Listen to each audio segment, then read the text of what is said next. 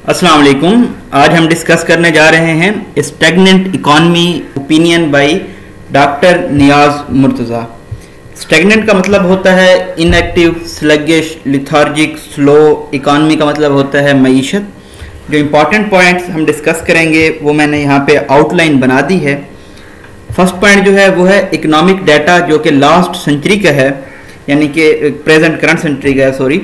वो क्या ट्रिगर कर रहा है? अटर ग्लूम, मतलब कंप्लीट डार्कनेस शो कर रहा है। इकॉनमी जो है वो रिग्रेस्ड है या रिडक्शन की जानिब जा रही है या फिर स्टैग्नेटेड है या इनएक्टिव है। डिफरेंट हम फैक्टर्स देख रहे होंगे जिनमें करप्शन एंड डायनेस्टिक पॉलिटिक्स है, bad policies by both military and civilian regimes हैं, किस तरह उन्होंने स्ट्रेटजीज नहीं अडॉप्ट की, किस तरह से पॉलिसीज बैड थी जिन्होंने कंट्रीब्यूट किया स्टैग्नेंट इकॉनमी की जानिब। और ओवरऑल हमारा क्या है? सोसाइटल इनकम्पिटेंस है। जहाँ पे सोसाइटल इनकम्पिटेंस होता है वहाँ पे ऑटोमेटिकली जो इकॉनमी होती है वो स्टैग्नेंट होती है। इसके अलावा हम देखेंगे डीप स्टेट क्या होता है, डीप स्टेट के इफ़ेक्ट्स क्या हैं इकॉनमी पे। मज़ीद इस आर्टिकल में बहुत सारे डिस्कोर्स मार्कर हैं। डिस्कोर्स मार्कर आपको अपना ऐसे स्टार्ट करने में हेल्पफुल हो रहे होते हैं, पैराग्राफ में स्पेसिफिकली, पैराग्राफ स्टार्ट करने में, पैराग्राफ एंड करने में। इसके अलावा इस आर्टिकल में बहुत सारे फिगर एंड फैक्ट्स हैं जो कि आपको बहुत ज़्यादा हेल्पफुल हो सकते हैं, बेनिफिशियल हो सकते हैं अपने आर्गूमेंट्स को बिल्डअप करने के लिए, सपोर्ट करने के लिए, स्ट्रेंथन करने के लिए। आज का जो आर्टिकल है ये एक पॉलिटिकल इकोनॉमिस्ट की जानिब से लिखा गया है, इसलिए ये बहुत ज़्यादा इंटरेस्टिंग टॉपिक है। अगर आप इकॉनमी का पे अपने व्यूज़ ब्रॉड करना चाहते हैं, इकॉनमी के मुतल्लिक जानना चाहते हैं कि किस तरह इकॉनमी फॉल कर रही है, पाकिस्तान की इकॉनमी के इंडिकेटर्स क्या क्या होते हैं, तो हम स्टार्ट करते हैं। A review of our economic data for this century triggers utter gloom. अगर हम रिव्यू करें मईशत के डाटा को, फिगर एंड फैक्ट्स को इस सदी के, तो ये क्या ट्रिगर करेगा? एक कंप्लीट डार्कनेस को शो करेगा। ऑन ऑलमोस्ट ऑल की इंडिकेटर्स, अगर तमाम इंडिकेटर्स को देखें जो कि इकॉनमी को शो करते हैं, तो हम या तो रिग्रेस कर रहे हैं यानी कि रिडक्शन की तरफ जा रहे हैं, और स्टैग्नेटेड या फिर क्या है? इनएक्टिव हैं। Even while Bangladesh and India have made progress, जबकि बांग्लादेश और इंडिया वो बहुत तेजी से तरक्की कर रहे हैं। We must grow at 6 to 7%। हमें 6 से लेके 7% तक एनुअली ग्रो करना होगा ताकि जो यूथ बल्ज है, यूथ सर्ज है, हमारी जो यूथ इंक्रीज हो रही है, इसको ऑब्जर्व किया जा सके। But have done so only twice. लेकिन ये जो इंक्रीज देखने में आया है ये सिर्फ 2003 में और 2005 में देखने में आया है इस संधि में। हाउएवर हमारे पास डिस्कोर्स मार्कर है, इसी तरह जो एक्वा कलर में दूसरे हाईलाइटेड वर्ड्स हैं ये तमाम डिस्कोर्स मार्कर हैं। इन्फ्लेशन या महंगाई है वो इंक्रीज हुई है पिछले 12 साल में, जिसने गरीबों पे तकलीफ का बोझ लाद दिया है। इंडस्ट्रियल सेक्टर से ये एक्सपेक्ट किया जा रहा था कि ये जो यूथ सर्ज है, बल्ज है, इसको एब्जॉर्ब कर लेगी, लेकिन बदकिस्मती से क्या हुआ? ये भी स्टैग्नेटेड है, इनएक्टिव है, और ये अराउंड 20% ऑफ जीडीपी को कंट्रीब्यूट कर रही है कई दहाइयों से। जबकि सर्विस सेक्टर इन कंट्रास्ट वो ग्रो कर गया है 50% से लेके 60% तक। जो बहुत सारी गरीब स्टेट्स होती हैं वो ग्रोथ अचीव करती हैं एक्सपोर्ट्स के ज़रिए, लेकिन अगर पाकिस्तान की जानिब देखें तो बदकिस्मती से यहाँ पे जो एक्सपोर्ट्स हैं, बरामदात हैं, उन्होंने भी फॉल किया है 15% से लेके 10% तक। 2003 में ये 15% थी, अब ये 10% पे आ चुकी हैं। FDI जो होता है ये होता है फॉरेन डायरेक्ट इन्वेस्टमेंट, ये भी कंट्रीब्यूट कर रहा होता है ग्रोथ को, लेकिन ये भी फॉल कर गया है 3.7% ऑफ GDP से 1% ऑफ GDP। सैडली अगर हम देखें जो अट्रैक्ट हुई है फॉरेन डायरेक्ट इन्वेस्टमेंट वो सिर्फ क्लोज टाइज से अट्रैक्ट हुई है। वो क्लोज टाइज हमारी किसके साथ थी? US के साथ थी और चाइना के साथ थी। While neighbours attract it even without such ties, लेकिन जो हमारे पड़ोसी ममालिक हैं उन्होंने ये जो फॉरेन डायरेक्ट इन्वेस्टमेंट अचीव की है, अट्रैक्ट की है, अटेन की है, इस तरह के ताल्लुकात से बगैर की है। यानी कि कहने का मकसद ये है कि आप किसी एक पावर ब्लॉक के ज़रिए अपनी इकानमी को ग्रो नहीं कर सकते। लाइक कि आप US के साथ ताल्लुकात रखें, चाइना के साथ रखें, आपको तमाम ममालिक के साथ इक्वली चलना पड़ता है। लाइक के यूरोपीय यूनियन है वो हमें स्टेटस दे रही है GSP+ का। GSP+ को हमने बहुत डिटेल के साथ स्टडी किया था कल के आर्टिकल में। तो जब हमें GSP+ का स्टेटस मिलता है तो हमें ट्रेड में प्रेफरेंसेस मिलती हैं, कंसेशंस मिलती हैं, तो उनको अवेल करके हम FDI को बेहतर तरीके से अट्रैक्ट कर सकते हैं। Around 80% of FDI since 2000 has gone into non-exportable sectors. अच्छा, उसके बाद मसला ये है कि जो FDI आ रही होती है पाकिस्तान में, वो कहाँ पे इन्वेस्ट हो रही है? नॉन एक्सपोर्टेबल सेक्टर्स में, यानी कि उससे हम फॉरेन अर्निंग्स नहीं कमा पाएंगे। ओवरऑल अगर हम देखें तो जो इन्वेस्टमेंट है वो फॉल कर गई है 16.8% ऑफ GDP से 13% पे, और जो कंजम्पशन है वो कॉन्स्टिट्यूट कर रही है नियरली 75% ऑफ GDP का। तो इससे ये क्या मसला होता है कि अगर हम कंपेयर करें फास्ट ग्रोइंग एशियन टाइगर के साथ, तो ये जो हमारी कंजप्शन का रेट है ये बहुत ज़्यादा है। The issue of slow growth has अप्ड by external and fiscal deficits. तो अच्छा, ये स्लो ग्रोथ का जो मसला है ये इंक्रीज हो गया है, एस्केलेट हो गया है। जो बैरूनी और अंदरूनी खसारे हैं, फिस्कल डेफिसिट्स हैं, मॉनिटरी रेवेन्यू या टैक्स के डेफिसिट्स हैं। जो हमारा करंट अकाउंट सरप्लस को अगर हम देखें तो इसने इस सदी में सिर्फ 3 बार सरप्लस हासिल किया है, लेकिन जब हम डेफिसिट्स की जानिब देखते हैं तो ये बहुत ज़्यादा हाई हैं, तकरीबन 3% से एक्सीड कर रहे हैं, और ऐसा 6 मरतबा देखने में नजर आया है। अगर एक्सटर्नल डेफिसिट को हम देख रहे हैं कि चेक में रखा गया है रिमिटेंसेस की वजह से। रिमिटेंसेस क्या होती हैं? जो एक्सपेट्रियाट्स हैं, गैर मुल्की पाकिस्तानी हैं, वो जो सरमाया पाकिस्तान भेजते हैं उसको बोलते हैं रिमिटेंसेस। तो इन रिमिटेंसेस की वजह से हमें ये फायदा हुआ है कि हम एक्सटर्नल डेफिसिट्स को चेक में रख पाए हैं। ये ओनली वाहिद की इंडिकेटर है जिसने ग्रो किया है 2% से लेके 8% तक।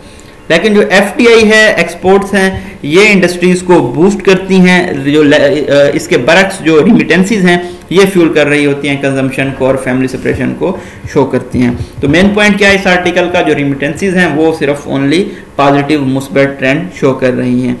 जो फिस्कल डेफिसिट्स एनुअली होता है वो एक्सीड कर गया है 5% ऑफ GDP से since 2000। Tax to GDP ratio है वो उसने भी फॉल किया है 13% से 10% पे। लास्ट आर्टिकल में हमने टैक्स टू GDP रेशियो को भी बहुत तफसीलन डिस्कस किया था। अच्छा, इसके साथ साथ जो हेल्थ और एजुकेशन के एक्सपेंसेस हैं वो स्टेगनेंट हैं, इनएक्टिव हैं, स्टेबल हैं। कहाँ पे? 3% पे और 1% ऑफ GDP पे रेस्पेक्टिवली। डेप्ट servicing as a ratio of tax revenues ये भी बहुत स्टेडली तेजी से इंक्रीज हुई है, बढ़ी है। डिफेंस आउटलेज टू GDP जो रेशियो है इसने ऑल्दो फॉल किया है, लेकिन अगर हम ग्लोबली इसको कंपेयर करें तो ये अभी भी बहुत ज्यादा हाई है। पब्लिक डेप्ट भी इंक्रीज हुए हैं तकरीबन 60% से लेके 90% तक।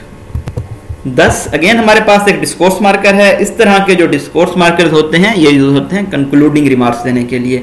तो जो रिमिटेंसीज हैं ये सिर्फ मुस्बत ट्रेंड दे रही हैं। अदर जो पिक्चर है वो हमारे पास बहुत ज्यादा ब्लीकेस्ट है, ग्रीम है, मिजरेबल है, सैड है PTI की गवर्नेंस के अंदर, क्योंकि जो आउटकम्स हैं वो फॉल बिलो कर रहे हैं। इवन प्री जो 2018 लेवल था उससे भी नीचे जा रहे हैं सारे तकरीबन जो मेजर इंडिकेटर्स हैं।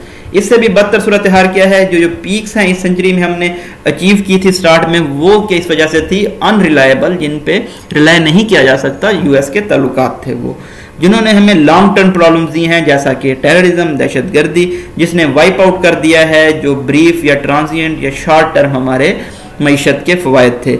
लास्ट सेंचुरी भी इससे कुछ बेहतर नहीं थी। अगर हम पिछली सदी में देखें, जब से पाकिस्तान मार्ज वजूद में आया है तो 1950s, 70s, 90s ये जो थे स्टेगनेंट एरियाज थे, यहाँ पे इकनॉमी ग्रो नहीं कर रही थी। लेकिन इसके बरक्स जब हम देखते हैं 60s और 80s में इकॉनमी ने थोड़ा बहुत ग्रो किया, वो भी सिर्फ US के साथ तल्लुकात की वजह से। लेकिन इसने किस चीज़ को राइज किया? इनजस्टिस को। 1970 की ट्रेजेडी भी इस दौरान हुई, और जो लॉन्ग टर्म एक्सट्रीमिज्म पाकिस्तान में अब पाया जाता है, इंतहा पसंदी ज़िया दौर की वजह से जो आई है, वो भी 1980 से इसका इमरजेंस हुई है।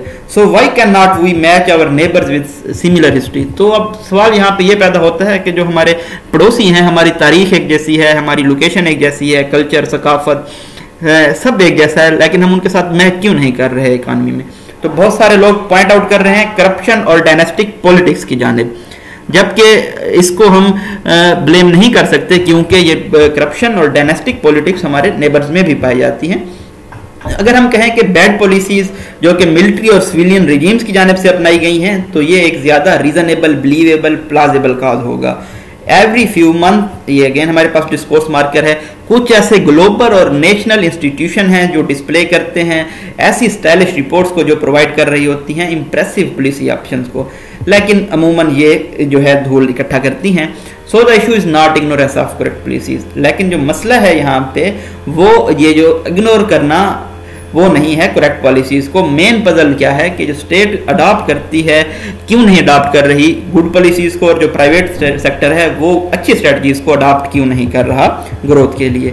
तो ये रिफ्लेक्ट करती है ओवरऑल हमारी जो है वो सोसाइटल इनकम्पिटेंस है, पब्लिक में भी प्राइवेट सेक्टर में भी, जब हम कंपेयर कर रहे होते हैं खुद को अपने पड़ोसियों के साथ। अगर हम कंपैरिजन को देखें तो ये हमें शो कर रहा होता है जो काज है, मेन वजह है इकॉनमी के स्टेगनेंट होने की, वो करप्शन या डायनेस्टिक पॉलिटिक्स नहीं है, क्योंकि ये जो चीज़ें हैं करप्शन और डायनेस्टिक पॉलिटिक्स ये हमारे पड़ोसियों में भी पाई जाती हैं। जो मेन वजह है वो हमारा इर्तिका है एज ए सिक्योरिटी स्टेट, और वो हमारी जो सिक्योरिटी स्टेट रही है वो ग्रिप में रही है डीप स्टेट एलिमेंट्स की। अच्छा, अगर हम डीप स्टेट एलिमेंट्स की बात करते हैं तो वो क्या होते हैं? ये इस तरह के पीपल होते हैं, इन्फ्लुएंशियल बॉडीज होती हैं, गवर्नमेंट एजेंसीज होती हैं, और in case of Pakistan particularly ये मिलिट्री बॉडीज होती हैं जिनको बिलीव किया जाता है कि ये इन्वॉल्व होती हैं सीक्रेट मैनिपुलेशन में या गवर्नमेंट पॉलिसीज को कंट्रोल करने में। तो इस तरह के इर्तिका की वजह से क्या चीज़ जनरेट होती है? पॉलिटिकल इंस्टेबिलिटी जनरेट होती है। जैसा कि हम देखते हैं इस पॉलिटिकल इंस्टेबिलिटी की वाज़ेह मिसाल ये है कि जो सिविलियन मिनिस्टर हैं अब तक कोई भी अपना टेन्योर कंप्लीट नहीं कर पाया और अपनी पावर वो शेयर करते रहते हैं डिफेंस एस्टेब्लिशमेंट के साथ। ये जो परवर्स पैट्रोनेज है, ये जो करप्ट बैकिंग है, सपोर्ट है पॉलिटिक्स को, जो आज देखने में नजर आ रही है, इसको जनरल ज़िया ने जानबूझ के डेलिबरेटली क्रिएट किया था सियासत को कंट्रोल करने के लिए। अच्छा, सोशल रेट्रोग्रेशन की जब बात आती है तो ये अगेन रिग्रेशन की एक ऐसी टाइप है, इसका मतलब होता है कि हम रिटर्न कर रहे होते हैं अर्ली स्टेट की जानिब, टिपिकली ये वॉर्स 1 की जानिब। तो ये एक ऐसा नकली बिलीफ है जो कि रिलीव कर रहा है ऐसे सर्टेन एलिमेंट्स को, किस लिए? सोसाइटी को कंट्रोल करने के लिए। इसके जो कॉन्सिक्वेंसेज हैं, नताइज हैं, वो क्या निकले हैं? एक्सट्रीमिज्म मतलब इंतहा पसंदी, डॉसिलिटी, रिस्क अवर्जन मतलब हम रिस्क लेने से हेट करते हैं, हमारे में इनोवेशन नहीं पाई जाती, नॉवेल्टी नहीं पाई जाती, जो कि क्या काज करती है? मेनली सोसाइटल डमिंग काज करती है। अच्छा, डोसिलिटी क्या होता है? डोसिलिटी होता है quality of being quiet and easy to influence, persuade और कंट्रोल, मतलब कोई भी हमें इजीली कंट्रोल कर सकता है, परसुएड कर सकता है या इन्फ्लुएंस कर रहा होता है। We suffer from foreign dependence, हम बहुत ज़्यादा फॉरेन डिपेंडेंस पे भी की वजह से भी सफर कर रहे हैं फेवर्स हासिल करने के लिए बिग पावर से, ताकि हम इंडिया को चेकमेट कर सकें।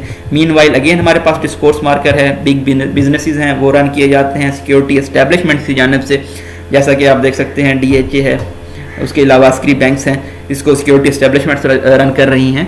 तो ये एलिजिडली सपोजिटली ये क्या कर रहे होते हैं? ये बेनिफिट हासिल कर रहे होते हैं स्टेट की जनरॉसिटी से और फेवर से, जबकि स्टेट थ्राइव कर रही होती है एक्सटर्नल जनरॉसिटी या लार्जिस की बेस पे।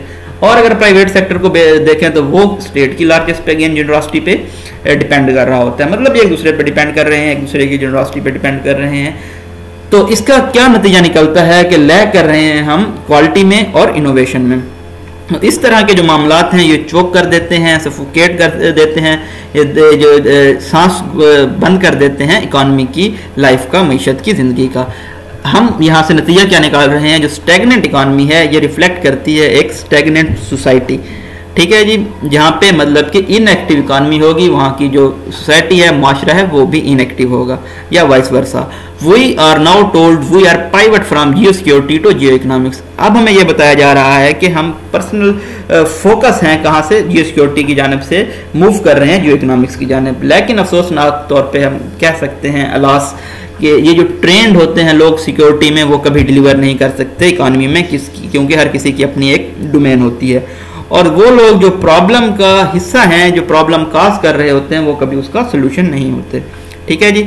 Also the massive damage inflicted on the social and political fabric of society over 40 years, जो बहुत ज़्यादा ह्यूज डैमेज काज किया है सोसाइटी को और पॉलिटिकल फैब्रिक को, तकरीबन 40 साल से, इसको बहुत ज़्यादा अरसा लगेगा। It will take ages to undo even if establishment loosen its grips, मतलब इसको रिवर्स होने में बहुत वक्त लग जाएगा अगर अपनी जो एस्टेब्लिशमेंट है वो अपनी जो ग्रिप है उसको भी ढीला छोड़ देती है। कंक्लूड करने के लिए आप 10 भी यूज़ कर सकते हैं, देयरफॉर भी यूज़ कर सकते हैं, in a nutshell, briefly, to conclude, in conclusion, to summarise, in a crux, बहुत सारे डिस्कोर्स मार्कर होते हैं आपके पास। Anyone expecting rapid progress in Pakistan will be disappointed, कोई भी ऐसा शख्स जो ये उम्मीद कर रहा है कि पाकिस्तान तेज़ी से तरक्की करेगा, उसको नाउमीदी को फेस करना पड़ेगा। तो जो राइटर हैं वो पॉलिटिकल इकोनॉमिस्ट हैं। इस आर्टिकल में आपने देखा बहुत सारे हमको फिगर एंड फैक्ट्स भी मिले हैं जो कि आपको अपने एसे में बहुत ज़्यादा सपोर्ट कर रहे होते हैं। उसके अलावा डिस्कोर्स मार्कर हैं, मैंने पहले भी एक्सप्लेन किया कि ये आपको अपना पैराग्राफ लिखने में मदद कर रहे होते हैं। आप हमारे चैनल को सब्सक्राइब कर सकते हैं डेली अपडेट्स हासिल करने के लिए। इसके अलावा अपने likes, comments, suggestion and feedback ज़रूर दिया कीजिए ताकि हम अपने परफॉर्मेंस को मज़ीद इम्प्रूव कर सकें। Thank you so much.